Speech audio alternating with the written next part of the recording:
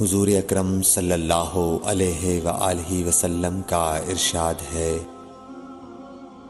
تمام اعمال کا دار و مدار نیت پر ہے، اور ہر عمل کا نتیجہ ہر انسان کو اس کی نیت کے مطابق ہی ملے گا۔ پس جس کی ہجرت دولت دنیا حاصل کرنے کے لیے ہو یا کسی عورت سے شادی کی غرض سے ہو، پس اس کی ہجرت انہی چیزوں کے لیے ہوگی جن کے حاصل کرنے کی نیت سے اس نے ہجرت کی۔ حضور اکرم صلی اللہ علیہ وآلہ وسلم نے فرمایا کہ وحی نازل ہوتے وقت کبھی مجھ کو گھنٹی کی سی آواز محسوس ہوتی ہے، اور وحی کی یہ کیفیت مجھ پر بہت شاق گزرتی ہے۔ جب یہ کیفیت ختم ہوتی ہے تو میرے دل و دماغ پر اس فرشتے کے ذریعے نازل شدہ وحی محفوظ ہو جاتی ہے، اور کسی وقت ایسا ہوتا ہے کہ فرشتہ بشکل انسان میرے پاس آتا ہے اور مجھ سے کلام کرتا ہے، پس میں اس کا کہا ہوا یاد رکھ لیتا ہوں۔ حضرت صلی اللہ علیہ وآلہ وسلم پر وحی کا ابتدائی دور اچھے سچے پاکیزہ خوابوں سے شروع ہوا۔ آپ خواب میں جو کچھ دیکھتے وہ صبح کی روشنی کی طرح صحیح اور سچا ثابت ہوتا۔ پھر من جانب قدرت آپ تنہائی پسند ہو گئے، اور آپ نے غار حرا میں خلوت نشینی اختیار فرمائی، اور کئی دن اور رات وہاں مسلسل عبادت اور یاد الہی و ذکر میں مشغول رہنے لگے۔ جب تک گھر آنے کو دل نہ چاہتا توشہ ہمراہ لیے ہوئے وہاں رہتے۔ توشہ ختم ہونے پر ہی اہلیہ محترمہ حضرت خدیجہ رضی اللہ تعالی عنہا کے پاس تشریف لاتے، اور کچھ توشہ ہمراہ لے کر پھر وہاں جا کر خلوت گزین ہو جاتے۔ یہی طریقہ جاری رہا یہاں تک کہ آپ پر حق منکشف ہو گیا، اور آپ غار حرا ہی میں قیام پذیر تھے کہ اچانک حضرت جبرائیل علیہ السلام آپ کے پاس حاضر ہوئے اور کہنے لگے کہ اے محمد پڑھو۔ آپ فرماتے ہیں کہ میں نے کہا کہ میں پڑھنا نہیں جانتا۔ آپ صلی اللہ علیہ وسلم فرماتے ہیں کہ فرشتے نے مجھے پکڑ کر اتنے زور سے بھینچا کہ میری طاقت جواب دے گئی۔ پھر مجھے چھوڑ کر کہا پڑھو۔ میں نے پھر وہی جواب دیا کہ میں پڑھا ہوا نہیں ہوں۔ اس فرشتے نے مجھ کو نہایت ہی زور سے بھینچا کہ مجھ کو سخت تکلیف محسوس ہوئی۔ پھر اس نے کہا کہ پڑھ۔ میں نے کہا میں پڑھا ہوا نہیں ہوں۔ فرشتے نے تیسری بار مجھ کو پکڑا اور تیسری مرتبہ پھر مجھ کو بھینچا، پھر مجھے چھوڑ دیا اور کہنے لگا کہ پڑھو اپنے رب کے نام کی مدد سے جس نے پیدا کیا اور انسان کو خون کی پھٹکی سے بنایا۔ پڑھو اور آپ کا رب بہت ہی مہربانیاں کرنے والا ہے۔ بس یہی آیتیں آپ حضرت جبرائیل علیہ السلام سے سن کر اس حال میں غار حرا سے واپس ہوئے کہ آپ کا دل اس انوکھے واقعے سے کانپ رہا تھا۔ آپ حضرت خدیجہ کے ہاں تشریف لائے اور فرمایا کہ مجھے کمبل اوڑھا دو، مجھے کمبل اوڑھا دو۔ لوگوں نے آپ کو کمبل اوڑھا دیا۔ جب آپ کا ڈر جاتا رہا تو آپ نے اپنی زوجہ محترمہ حضرت خدیجہ رضی اللہ تعالی عنہا کو تفصیل کے ساتھ یہ واقعہ سنایا، اور فرمانے لگے کہ مجھ کو اب اپنی جان کا خوف ہو گیا ہے۔ آپ کی اہلیہ محترمہ حضرت خدیجہ رضی اللہ تعالی عنہا نے آپ کی ڈھارس بندھائی اور کہا کہ آپ کا خیال صحیح نہیں ہے۔ اللہ کی قسم آپ کو اللہ کبھی رسوا نہیں کرے گا۔ آپ تو اخلاق فاضلہ کے مالک ہیں، آپ تو کنبہ پرور ہیں، بے کسوں کا بوجھ اپنے سر پر رکھتے ہیں، مفلسوں کے لیے آپ کماتے ہیں، مہمان نوازی میں آپ بے مثال ہیں، اور مشکل وقت میں آپ امر حق کا ساتھ دیتے ہیں۔ ایسے اوصاف حسنہ والا انسان یوں بے وقت ذلت و خواری کی موت نہیں پا سکتا۔ پھر مزید تسلی کے لیے حضرت خدیجہ رضی اللہ تعالی عنہا آپ کو ورقہ بن نوفل کے پاس لے گئیں، جو ان کے چچا زاد بھائی تھے اور زمانہ جاہلیت میں نصرانی مذہب اختیار کر چکے تھے اور عبرانی زبان کے کاتب تھے۔ چنانچہ انجیل کو بھی حسب منشائے خداوندی عبرانی زبان میں لکھا کرتے تھے۔ انجیل سریانی زبان میں نازل ہوئی تھی، پھر اس کا ترجمہ عبرانی زبان میں ہوا۔ ورقہ اسی کو لکھتے تھے۔ وہ بہت بوڑھے ہو گئے تھے، یہاں تک کہ ان کی بینائی بھی رخصت ہو چکی تھی۔ حضرت خدیجہ رضی اللہ تعالی عنہا نے ان کے سامنے آپ کے حالات بیان کیے اور کہا کہ اے چچا زاد بھائی، اپنے بھتیجے محمد صلی اللہ علیہ وسلم کی زبانی ذرا ان کی کیفیت سن لیجئے۔ وہ بولے کہ بھتیجے، آپ نے جو کچھ دیکھا ہے اس کی تفصیل سناؤ۔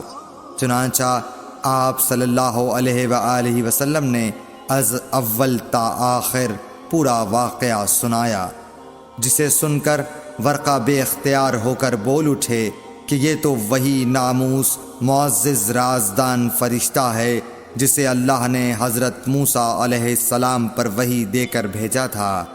کاش میں آپ کے اس عہد نبوت کے شروع ہونے پر جواں عمر ہوتا، کاش میں اس وقت تک زندہ رہتا جب کہ آپ کی قوم آپ کو اس شہر سے نکال دے گی۔ رسول کریم صلی اللہ علیہ وآلہ وسلم نے یہ سن کر تعجب سے پوچھا کہ کیا وہ لوگ مجھ کو نکال دیں گے، حالانکہ میں تو ان میں صادق و امین و مقبول ہوں۔ ورقہ بولا، ہاں یہ سب کچھ سچ ہے، مگر جو شخص بھی آپ کی طرح امر حق لے کر آیا لوگ اس کے دشمن ہی ہو گئے ہیں۔ اگر مجھے آپ کی نبوت کا وہ زمانہ مل جائے تو میں آپ کی پوری مدد کروں گا۔ مگر ورقہ کچھ دنوں کے بعد انتقال کر گئے، پھر کچھ عرصے تک وحی کی آمد موقوف رہی۔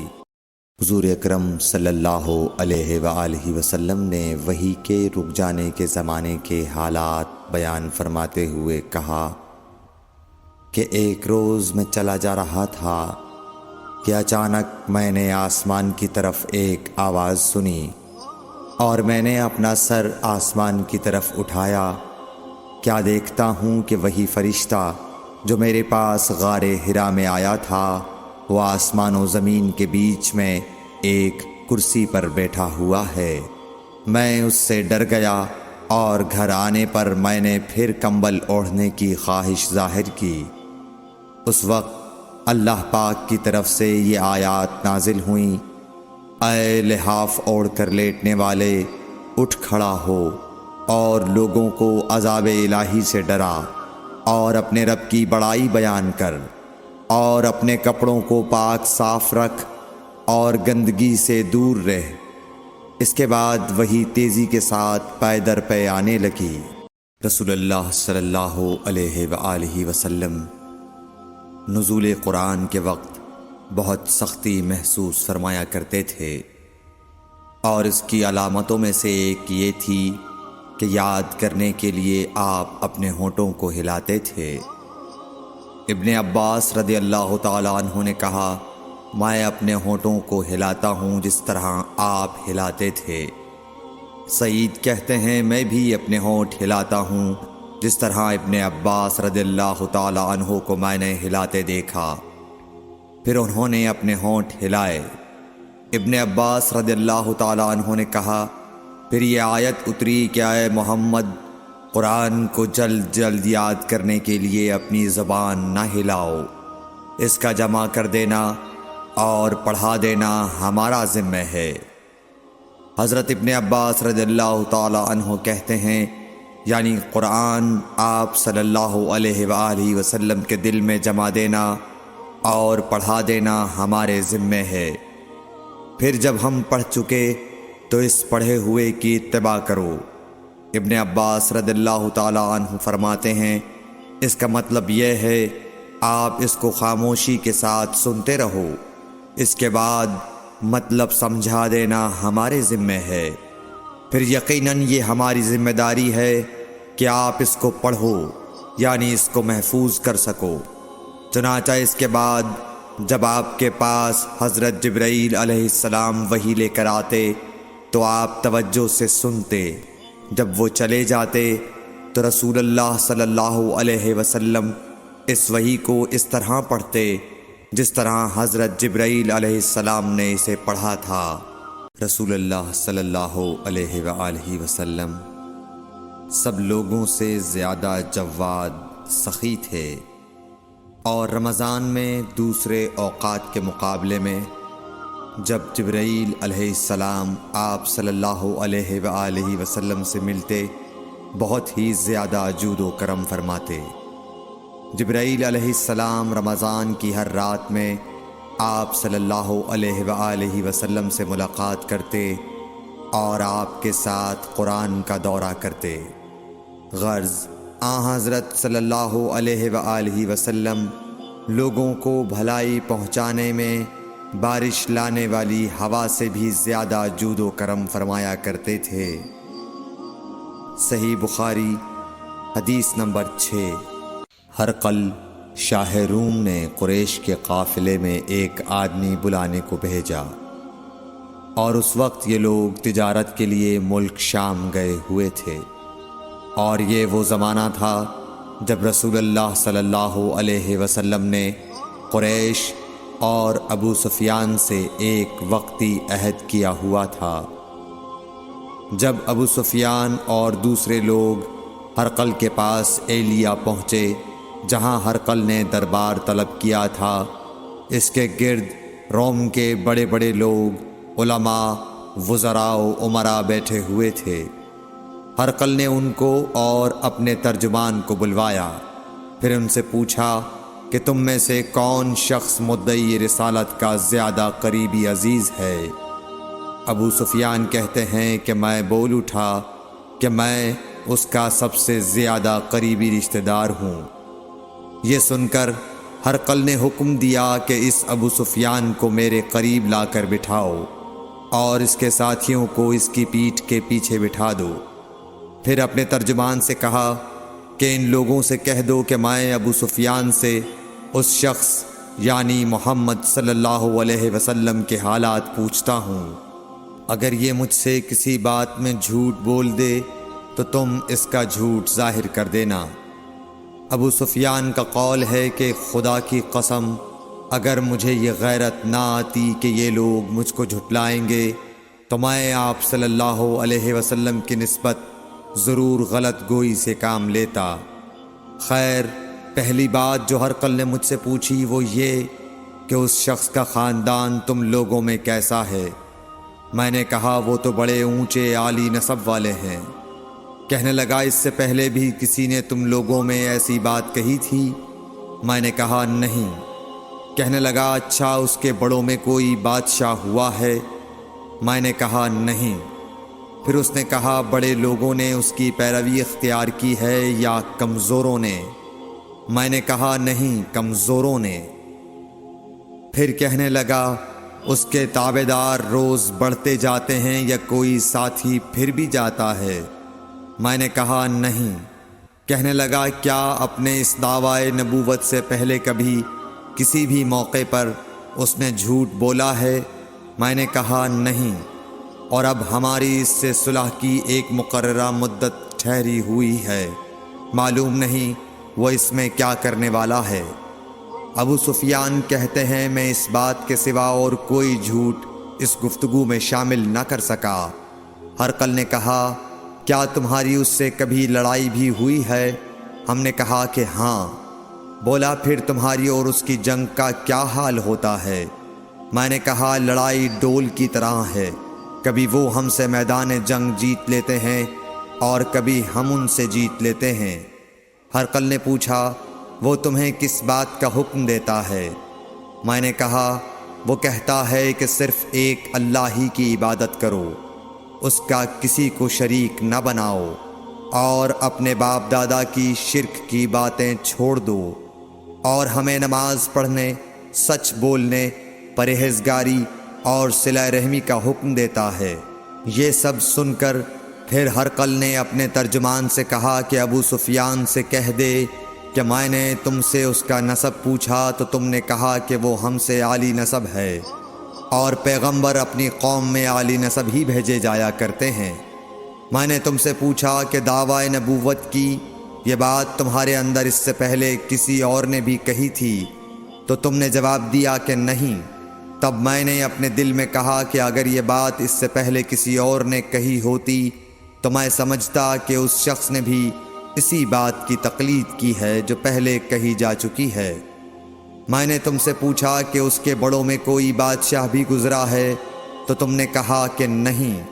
تو میں نے دل میں کہا کہ ان کے بزرگوں میں سے کوئی بادشاہ ہوا ہوگا تو کہہ دوں گا کہ وہ شخص اس بہانے اپنے آباء و اجداد کی بادشاہت اور ان کا ملک دوبارہ حاصل کرنا چاہتا ہے۔ اور میں نے تم سے پوچھا کہ اس بات کے کہنے یعنی پیغمبری کا دعویٰ کرنے سے پہلے تم نے کبھی اس کو دروغ گوئی کا الزام لگایا ہے؟ تم نے کہا کہ نہیں۔ تو میں نے سمجھ لیا کہ جو شخص آدمیوں کے ساتھ دروغ گوئی سے بچے وہ اللہ کے بارے میں کیسے جھوٹی بات کہہ سکتا ہے۔ اور میں نے تم سے پوچھا کہ بڑے لوگ اس کے پیرو ہوتے ہیں یا کمزور آدمی؟ تم نے کہا کمزوروں نے اس کی اتباع کی ہے۔ تو دراصل یہی لوگ پیغمبروں کے متبعین ہوتے ہیں۔ اور میں نے تم سے پوچھا کہ اس کے ساتھی بڑھ رہے ہیں یا کم ہو رہے ہیں؟ تم نے کہا کہ وہ بڑھ رہے ہیں، اور ایمان کی کیفیت یہی ہوتی ہے حتیٰ کہ وہ کامل ہو جاتا ہے۔ اور میں نے تم سے پوچھا کہ آیا کوئی شخص اس کے دین سے ناخوش ہو کر مرتد بھی ہو جاتا ہے؟ تم نے کہا نہیں۔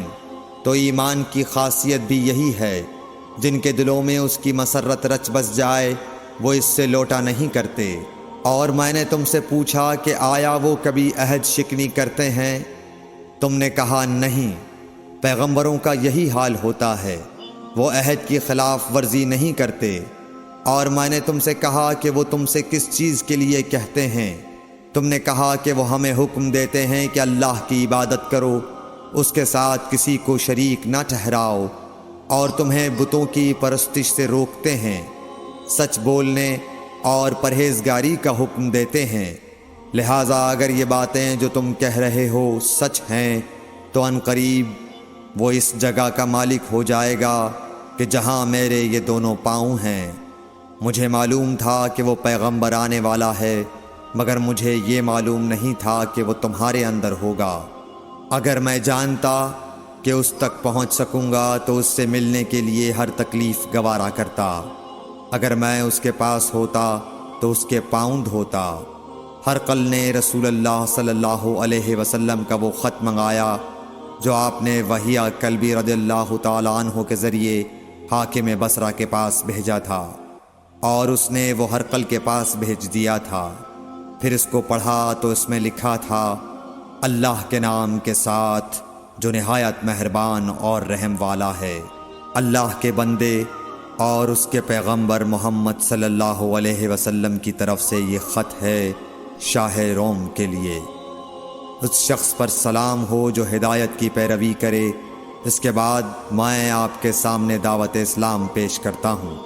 اگر آپ اسلام لے آئیں گے تو دین و دنیا میں سلامتی نصیب ہوگی، اللہ آپ کو دوہرا ثواب دے گا، اور اگر آپ میری دعوت سے روگردانی کریں گے تو آپ کی رعایا کا گناہ بھی آپ ہی پر ہوگا۔ اور اے اہل کتاب، ایک ایسی بات پر آ جاؤ جو ہمارے اور تمہارے درمیان یکساں ہے، وہ یہ کہ ہم اللہ کے سوا کسی کی عبادت نہ کریں اور کسی کو اس کا شریک نہ ٹھہرائیں، اور نہ ہم میں سے کوئی کسی کو خدا کے سوا اپنا رب بنائے۔ پھر اگر وہ اہل کتاب اس کتاب سے منہ پھیر لیں تو مسلمانوں، تم ان سے کہہ دو کہ تم مانو یا نہ مانو، ہم ایک خدا کے اطاعت گزار ہیں۔ ابو سفیان کہتے ہیں، جب ہرقل نے جو کچھ کہنا تھا کہہ دیا اور خط پڑھ کر فارغ ہوا تو اس کے ارد گرد بہت شور و غوغا ہوا، بہت سی آوازیں اٹھیں اور ہمیں باہر نکال دیا گیا۔ تب میں نے اپنے ساتھیوں سے کہا کہ ابو کبشہ کے بیٹے حضرت صلی اللہ علیہ وسلم کا معاملہ تو بہت بڑھ گیا۔ دیکھو تو اس سے بنی اصفر روم کا بادشاہ بھی ڈرتا ہے۔ مجھے اس وقت سے اس بات کا یقین ہو گیا کہ حضور صلی اللہ علیہ وسلم عنقریب غالب ہو کر رہیں گے، حتیٰ کہ اللہ نے مجھے مسلمان کر دیا۔ راوی کا بیان ہے کہ ابن ناطور ایلیا کا حاکم ہرقل کا مصاحب اور شام کے نصارہ کا لاٹ پادری بیان کرتا تھا کہ ہرقل جب ایلیا آیا ایک دن صبح کو پریشان اٹھا تو اس کے درباریوں نے دریافت کیا کہ آج ہم آپ کی حالت بدلی ہوئی پاتے ہیں، کیا وجہ ہے؟ ابن ناطور کا بیان ہے کہ ہرقل نجومی تھا، علم نجوم میں وہ پوری مہارت رکھتا تھا۔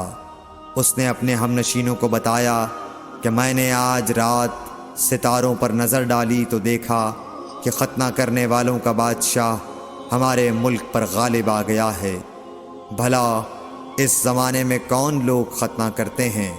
انہوں نے کہا کہ یہود کے سوا کوئی ختنہ نہیں کرتا، سو ان کی وجہ سے پریشان نہ ہوں۔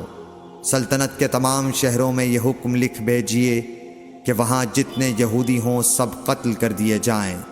وہ لوگ انہی باتوں میں مشغول تھے کہ ہرقل کے پاس ایک آدمی لایا گیا جسے شاہ غسان نے بھیجا تھا۔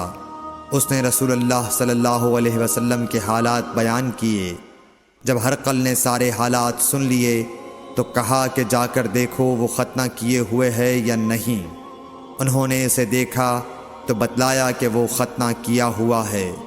ہرقل نے جب اس شخص سے عرب کے بارے میں پوچھا تو اس نے بتلایا کہ وہ ختنہ کرتے ہیں۔ تب ہرقل نے کہا کہ یہی محمد صلی اللہ علیہ وسلم اس امت کے بادشاہ ہیں جو پیدا ہو چکے ہیں۔ پھر اس نے اپنے ایک دوست کو رومیہ خط لکھا اور وہ بھی علم نجوم میں ہرقل کی طرح ماہر تھا۔ پھر وہاں سے ہرقل حمص چلا گیا۔ ابھی حمص سے نکلا نہیں تھا کہ اس کے دوست کا خط اس کے جواب میں آ گیا۔ اس کی رائے بھی حضور صلی اللہ علیہ وسلم کے ظہور کے بارے میں ہرقل کے موافق تھی کہ محمد صلی اللہ علیہ وسلم واقعی پیغمبر ہیں۔ اس کے بعد ہرقل نے روم کے بڑے آدمیوں کو اپنے حمص کے محل میں طلب کیا اور اس کے حکم سے محل کے دروازے بند کر لیے گئے۔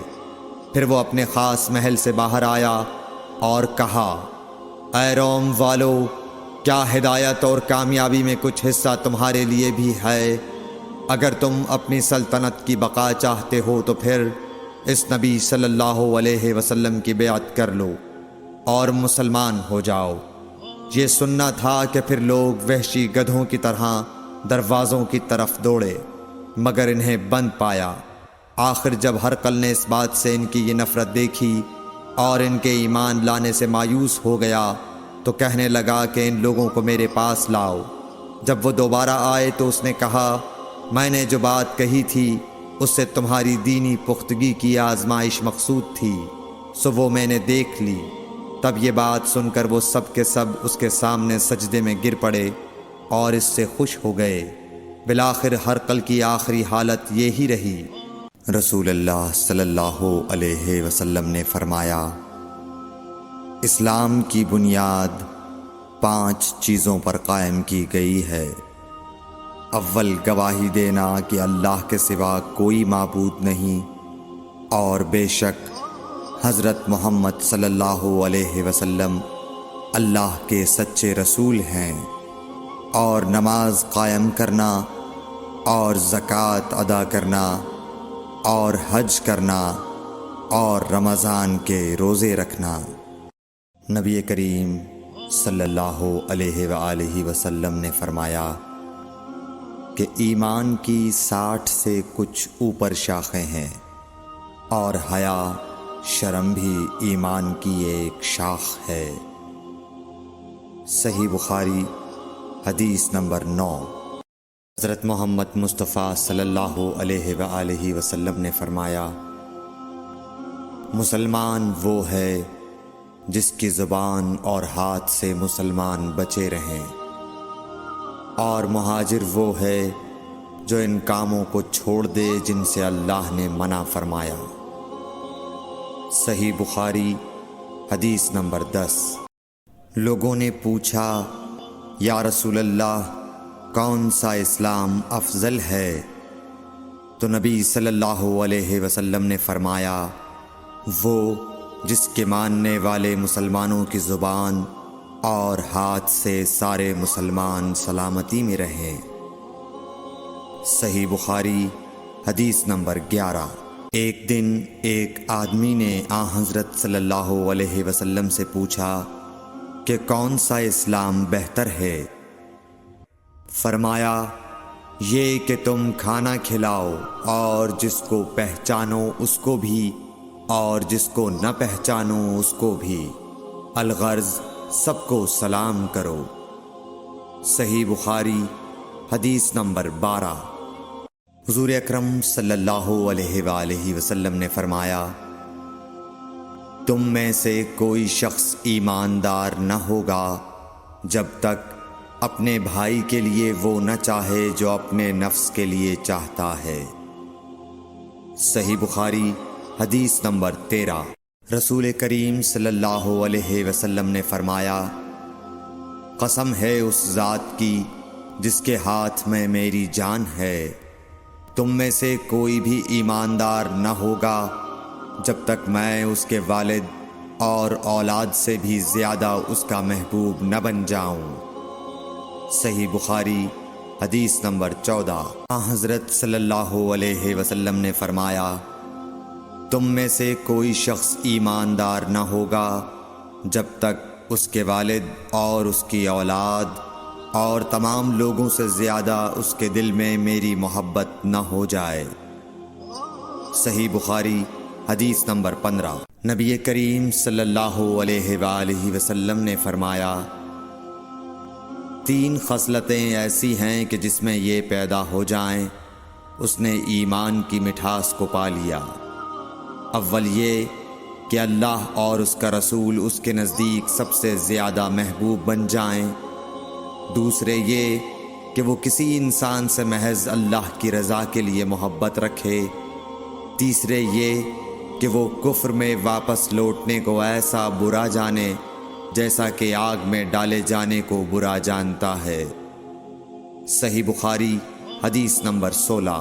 حضور اکرم صلی اللہ علیہ وآلہ وسلم نے فرمایا، انصار سے محبت رکھنا ایمان کی نشانی ہے اور انصار سے کینہ رکھنا نفاق کی نشانی ہے۔ صحیح بخاری حدیث نمبر 17۔ رسول اللہ صلی اللہ علیہ وسلم نے اس وقت جب آپ کے گرد صحابہ کی ایک جماعت بیٹھی ہوئی تھی فرمایا کہ مجھ سے بیعت کرو اس بات پر کہ اللہ کے ساتھ کسی کو شریک نہ کرو گے، چوری نہ کرو گے، زنا نہ کرو گے، اپنی اولاد کو قتل نہ کرو گے اور ناعمدن کسی پر کوئی ناحق بہتان باندھو گے، اور کسی بھی اچھی بات میں اللہ کی نافرمانی نہ کرو گے۔ جو کوئی تم میں اس عہد کو پورا کرے گا تو اس کا ثواب اللہ کے ذمے ہے، اور جو کوئی ان بری باتوں میں سے کسی کا ارتکاب کرے اور اسے دنیا میں اسلامی قانون کے تحت سزا دے دی گئی تو یہ سزا اس کے گناہوں کے لیے بدلہ ہو جائے گی، اور جو کوئی ان میں سے کسی بات میں مبتلا ہو گیا اور اللہ نے اس کے گناہ کو چھپا لیا تو پھر اس کا معاملہ اللہ کے حوالے ہے، اگر چاہے معاف کرے اور اگر چاہے سزا دے دے۔ عبادہ کہتے ہیں کہ پھر ہم سب نے ان سب باتوں پر آپ صلی اللہ علیہ وسلم سے بیعت کر لی۔ صحیح بخاری حدیث نمبر 18۔ رسول اللہ صلی اللہ علیہ وسلم نے فرمایا، وہ وقت قریب ہے جب مسلمان کا سب سے عمدہ مال اس کی بکریاں ہوں گی، جن کے پیچھے وہ پہاڑوں کی چوٹیوں اور برساتی وادیوں میں اپنے دین کو بچانے کے لیے بھاگ جائے گا۔ صحیح بخاری حدیث نمبر 19۔ رسول اللہ صلی اللہ علیہ وسلم کسی کام کا حکم دیتے تو ایسا ہی کام ہوتا جس کے کرنے کی لوگوں میں طاقت ہوتی۔